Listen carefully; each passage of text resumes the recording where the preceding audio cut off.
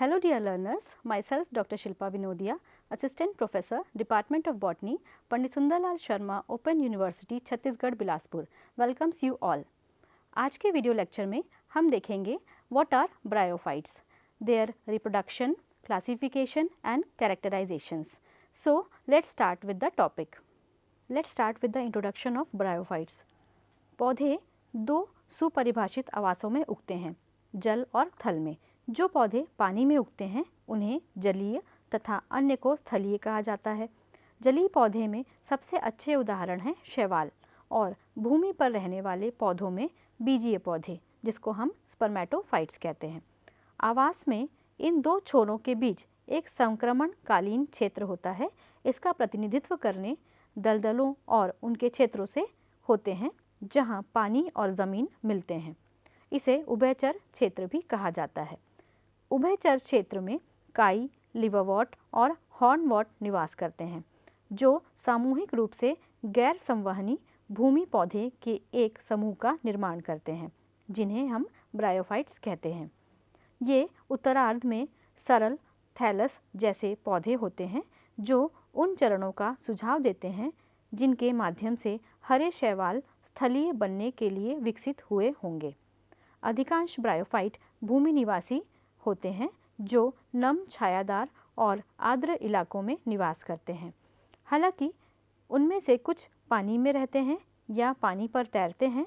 बेशक जलीय आदत इन पौधों द्वारा गौण रूप से प्राप्त की गई है.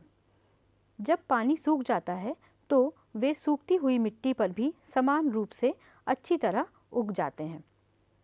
कुछ लंबे समय तक सूखने का सामना करने के बाद शुष्क अवधि के दौरान उनकी बनावट लगभग भंगुर हो जाती है. बरसात के मौसम की शुरुआत के साथ स्पष्ट रूप से सूखे भंगुर थैलियाँ हरी हो जाती हैं और सामान्य जीवन कार्यों को पूरा करने के लिए सक्रिय हो जाती है. यहाँ तक कि ये स्पष्ट रूप से ज़ीरोफाइटिक प्रजातियाँ केवल गीले मौसम के दौरान ही सक्रिय रूप से बढ़ती हैं. अब हम देखते हैं कुछ general characteristics of bryophyte. Bryophyte की प्लांट बॉडी थैलस के रूप में कार्य करती है. इसका मतलब क्या है कि ये प्रोस्टेट या फिर इरेक्ट हो सकती हैं. जो डायग्राम में आपको दिख रहा है ये इरेक्ट के फॉर्म में है. इसी तरह जो थल से चिपकी हुई होंगी वो प्रोस्टेट कहलाएंगी. They lack true vegetative structure and have a root like, stem like and leaf like structure. इनमें जो रूट, स्टेम, लीफ एब्सेंट होता है लेकिन इनमें रूट के जैसा राइजोइड प्रेजेंट होता है, स्टेम के जैसा सीटा प्रेजेंट होता है और लीफ की तरह लीफी स्ट्रक्चर्स भी प्रेजेंट होते हैं. But they are not actually develop into root, stem and leaf, इसीलिए हम इसे थैलस कहते हैं. Rhizoids which can be unicellular और मल्टीसेल्युलर अडहियर टू इट. ये जो राइजोइड्स प्रेजेंट होते हैं जो रूट की तरह ही कार्य करते हैं, दे have unicellular or multicellular structures. Plants do not have a vascular system. इनके अंदर vascular systems का अभाव होता है and plants grow in damp and shady environment. जहाँ पर भी नमी पाई जाएगी या छाँव वाली जगह होगी वहाँ पर ये बहुत अच्छे से ग्रो करते हैं. The haploid gametophyte is the dominant part of the plant body. तो haploid gametophyte जो इसका बहुत ही ज़्यादा चलने वाला भाग होता है इसकी पूरी लाइफ साइकिल का. The three part of the thalloid gametophyte are rhizoids, axis and leaves. The photosynthetic gametophytes has multicellular sex organs. The antheridium produces flagellated antherozoids. तो एंथीरोजॉइड्स क्या है? They are the male reproductive structures and the archegonia is the female reproductive structure. The zygote becomes a multicellular sporophyte, a semi-parasitic organism that feed on the gametophyte is the sporophyte. तो semi parasitic organism होता है ये. तो इसका जो दो phase होता है लाइफ का, एक होता है गेमेटोफाइट और दूसरा होता है स्पोरोफाइट. तो गेमेटोफाइट जो है वो स्पोरोफाइट के ऊपर आश्रित होता है. Sporophyte cells meiosis to form haploid gametes that form a gametophyte. Protonema is the name given to the juvenile gametophyte.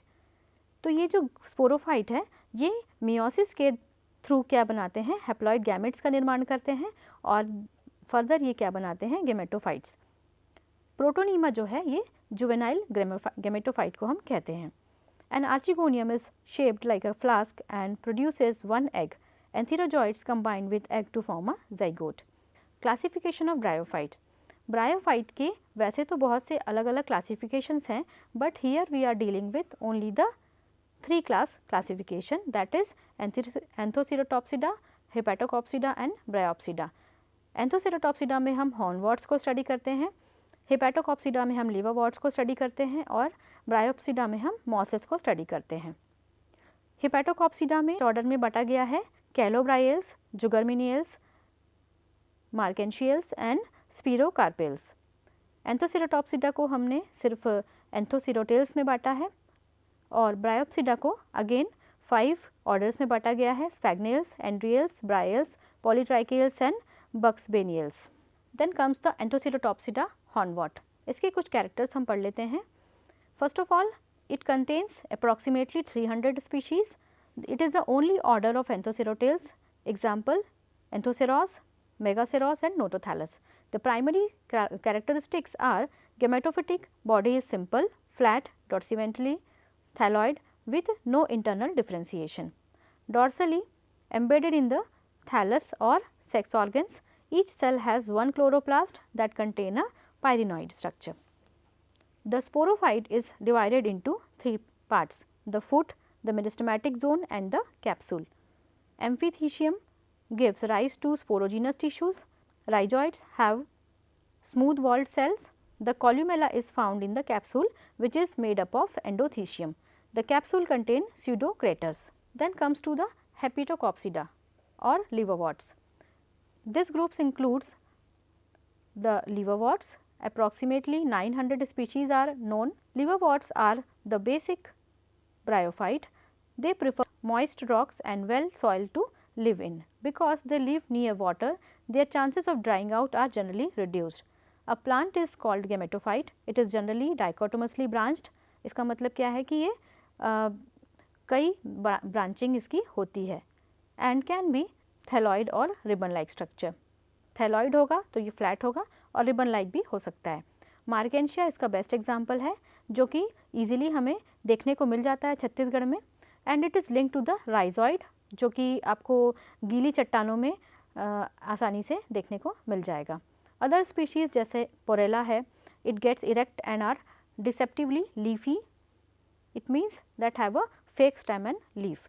Hepatocopsida is further classified into 4 orders: Markensiales, Sperocarpels, Calobryals and Jungermannials.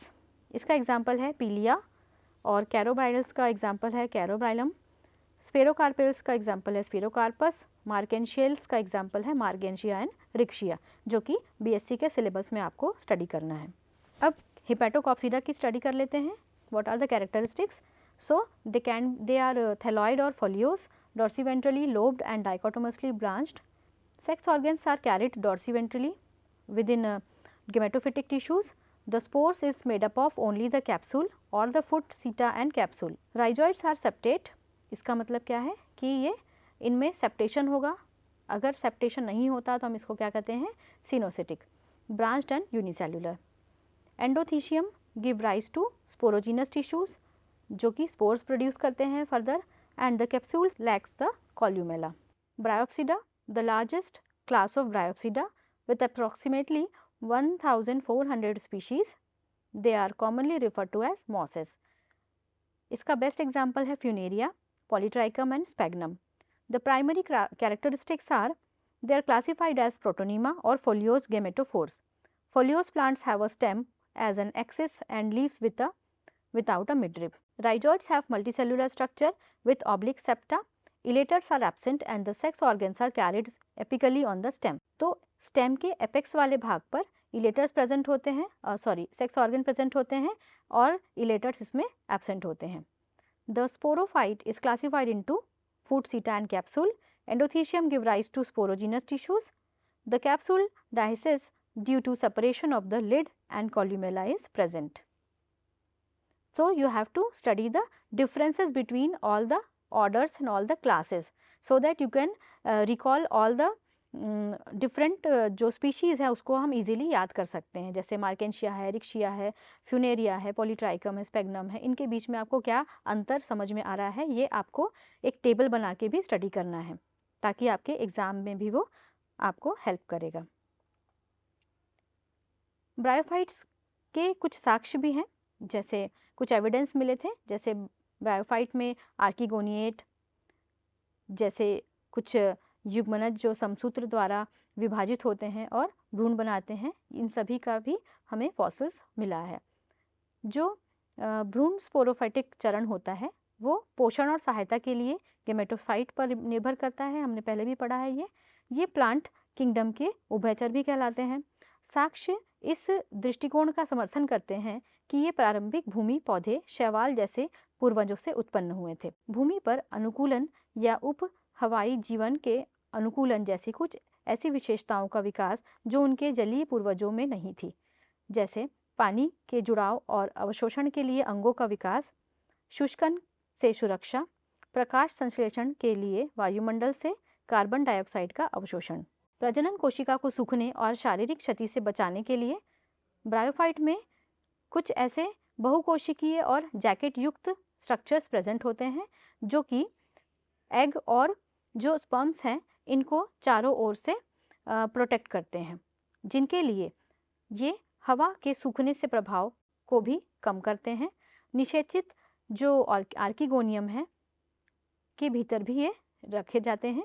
यहाँ यह मूल पौधे से भोजन और पानी प्राप्त करते हैं और भ्रूण के रूप में विकसित होने पर इसे सूखने से बचाया जाता है। यह अनुकूलन भूमि पौधों के अस्तित्व के लिए आवश्यक होता है, जो कि युवा भ्रूण की देखभाल और शारीरिक क्षति से उसकी सुरक्षा सुनिश्चित करता है। उसके बाद जो इसमें एक हार्ड लेयर प्रेजेंट होती है जो कि इसको हवा से फैलने वाले बीजाणु और यह संवहन स्ट्रैंड के रूप में आदिम संवहनी प्रणाली भूमि के आदि से अन्य अनुकूलन प्रदान करता है। ब्रायोफाइट पर्याप्त नमी के बिना अपनी प्रजनन गतिविधियां जारी नहीं रख सकता। जल की उपस्थिति इसके लिए बहुत आवश्यक होती है। परिणाम स्वरूप वे शुष्क अवधि के दौरान विकसित होने में असमर्थ होते हैं। उनके प्रजनन और सफल वानस्पतिक विकास के लिए पर्याप्त नमी की आवश्यकता होने के कारण आमतौर पर यह छायादार स्थिति में ही निवास करते हैं। This is the structure. ये ब्रायोफाइट के स्ट्रक्चर हैं। जो फर्स्ट स्ट्रक्चर आपको दिख रहा है वो है लिवरवॉर्ट मार्केंशिया, जिसमें आप फीमेल थैलस दिख रहा है, जिसमें आप देख सकते हैं कि आर्चिगोनियोफोर है, फूल की तरह जो दिख रहा है ऊपर, और दूसरा है एंथ्रीडियोफोर, जिसमें और आपको इसके सरफेस पर गैमा कप भी दिख रहे हैं जो कि वेजिटेटिव रिप्रोडक्शन के लिए रिस्पॉन्सिबल होता है। लोअर सरफेस पर राइजॉइड प्रेजेंट है। नीचे की तरफ जो सी स्ट्रक्चर है वो है फ्यूनेरिया का स्ट्रक्चर, जो कि प्लांट बॉडी इसकी डिवाइड है फूड सिटार कैप्सूल की, और इसका जो अपर पार्ट है वो है स्पोरोफाइट, जहाँ पर स्पोर्स का डेवलपमेंट होगा कैप्सूल के अंदर, और जो नीचे वाला भाग है वो है गेमेटोफाइट, जो कि डिवाइडेड है मेन एक्सेस और राइजॉइड और लीव्स में। जो डी पार्ट है वो है स्पेगनम का गेमेटोफाइट, जिसमें आप आर्चिगोनियल ब्रांच भी देख सकते हैं, और एंथ्रीडियल ब्रांच जो कि अपर सरफेस पर प्रेजेंट है, और जो इसकी साइडवेज जो ब्रांचेस निकली हैं। तो ये इसका पूरा स्ट्रक्चर और मॉर्फोलॉजिकल स्ट्रक्चर है। अब हम आते हैं इसके जीवन चक्र पर। ब्रायोफाइट ने एक जीवन चक्र विकसित किया है जिसमें 2 चरण शामिल हैं। पहला है गेमेटोफाइट और दूसरा है स्पोरोफाइट। दोनों में सबसे विशिष्ट है गेमेटोफाइट, क्योंकि इसमें गैमेट्स का निर्माण होता है।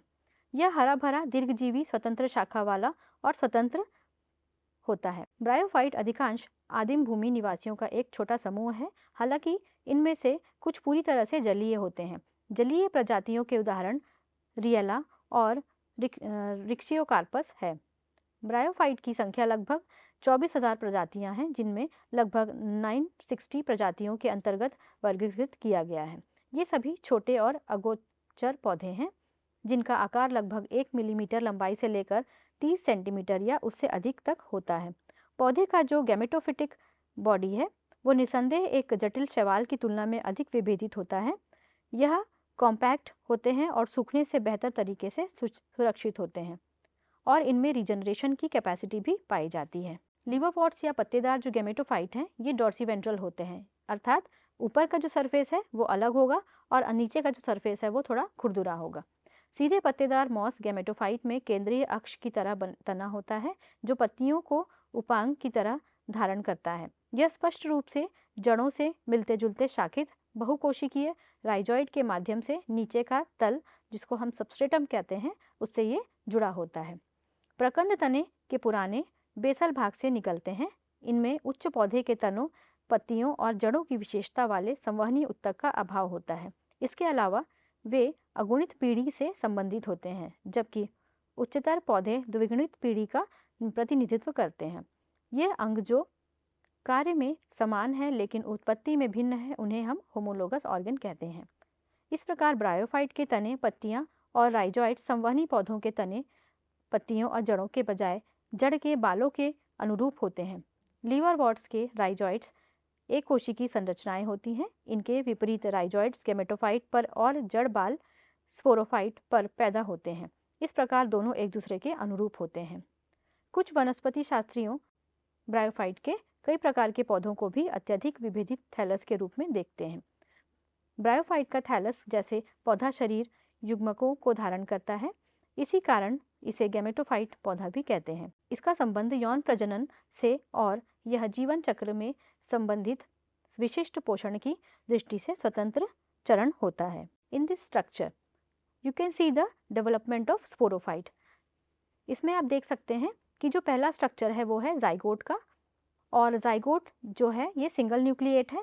इसमें जो डिवीजन होता है, पहला डिवीजन, वो होता है पेरिक्लाइनल डिवीजन। पेरिक्लाइनल डिवीजन से क्या होते हैं, ये जाइगोट दो भागों में बढ़ जाता है, दो सेल में बढ़ जाता है। इसमें दो न्यूक्लियस का भी निर्माण होता है। तो नीचे वाली सेल को हम क्या कहते हैं, हाइपोबेसल सेल।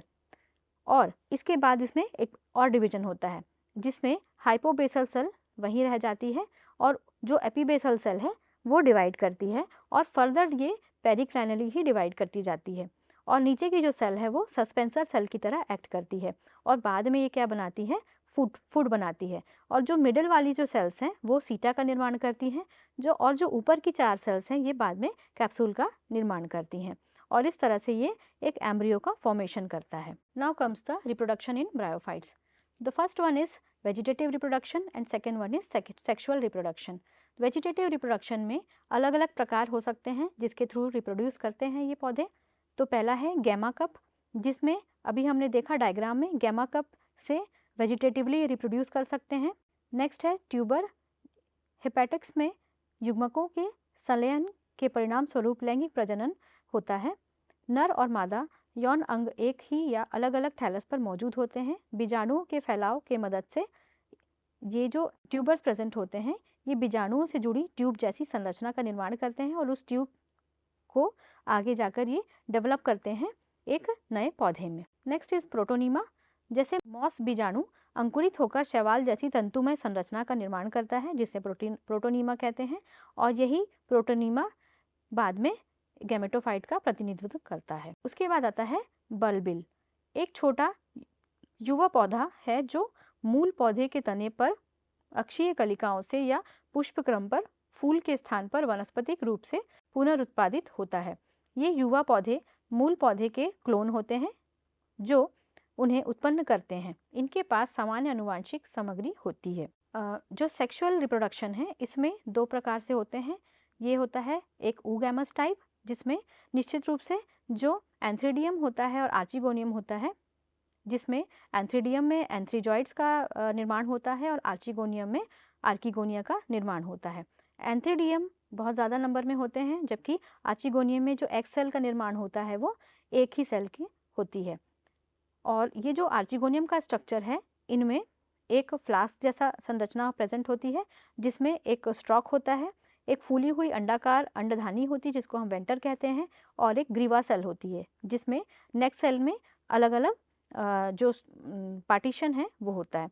अंडधानी में एक गोल और अचल अंड प्रेजेंट होता है और फर्टिलाइजेशन के लिए जल की उपस्थिति आवश्यक होती है। फ्यूजन के दौरान जो डिप्लॉयड जाइगोट है ये बनते हैं। और इसके पहले मैं और कुछ बताना चाहूँगी कि ये जो फ्लास्क शेप का जो आर्चिगोनियम होता है, इस आर्चिगोनियम में जो एंथर है या एंथ्रोजॉइड है ये ऊपर की सरफेस से नेक्स्ट सेल के थ्रू अंदर आते हैं और वेंटर सेल तक आने के बाद में ये एग सेल तक पहुंचते हैं। और जैसे ही फ्यूजन हो जाता है तो ये डिप्लॉयड जाइगोट का निर्माण करते हैं, इसे हम oospore कहते हैं। oospore एक बीजाणु स्पोरोफाइट है को जन्म देता है और ये स्पोरोगोनियम कहलाता है। स्पोरोफाइट पूर्ण रूप से जैसे रिक्शिया में और मॉस में, रिक्शिया में या आंशिक रूप से, मॉस में ये गैमेटोफिटिक रूप में या आंशिक रूप से निर्भर करता है। कुछ पौधे जैसे रिक्शिया में बीजाणु बहुत साधारण होते हैं, केवल कैप्सूल होता है, जबकि मॉस में यह फुट, सीटा और कैप्सूल में विभाजित होता है। संपुटिका में अर्धसूत्रण विभाजन के फलस्वरूप स्पोर्स बनते हैं जो सभी प्रकार के होते हैं, अतः ब्रायोफाइट होमोस्पोरस भी होते हैं।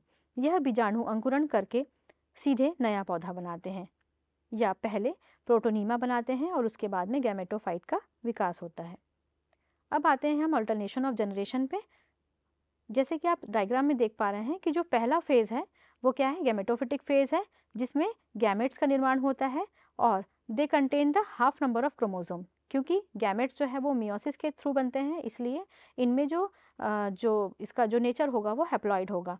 Then the dominant phase of life cycle of Bryophyta is reproduces sexually by egg and sperm, and once the egg and sperm fuse to form a zygote, they comes in diploid condition. The zygote is a diploid stage which germinates to produce a sporophyte and whose cells possess the complete number of chromosome. In the second phase, the sporophytic phase is the spore producing phase. The spore cannot exist independently. It is composed of a capsule, a stalk and a foot that attaches the sporophyte body to the gametophyte. The sporophyte reproduces asexually by means of spores which are produced by meiosis and are haploid. Each spore germinates to form a gametophyte and which is independent phase. This way the cycle is completed. So, this diagram you can also practice for your final exams, and this is very important phase of alternation of generation and bryophytes. So, अभी तक हमने जितना भी पढ़ा I hope आपको समझ में आ गया होगा।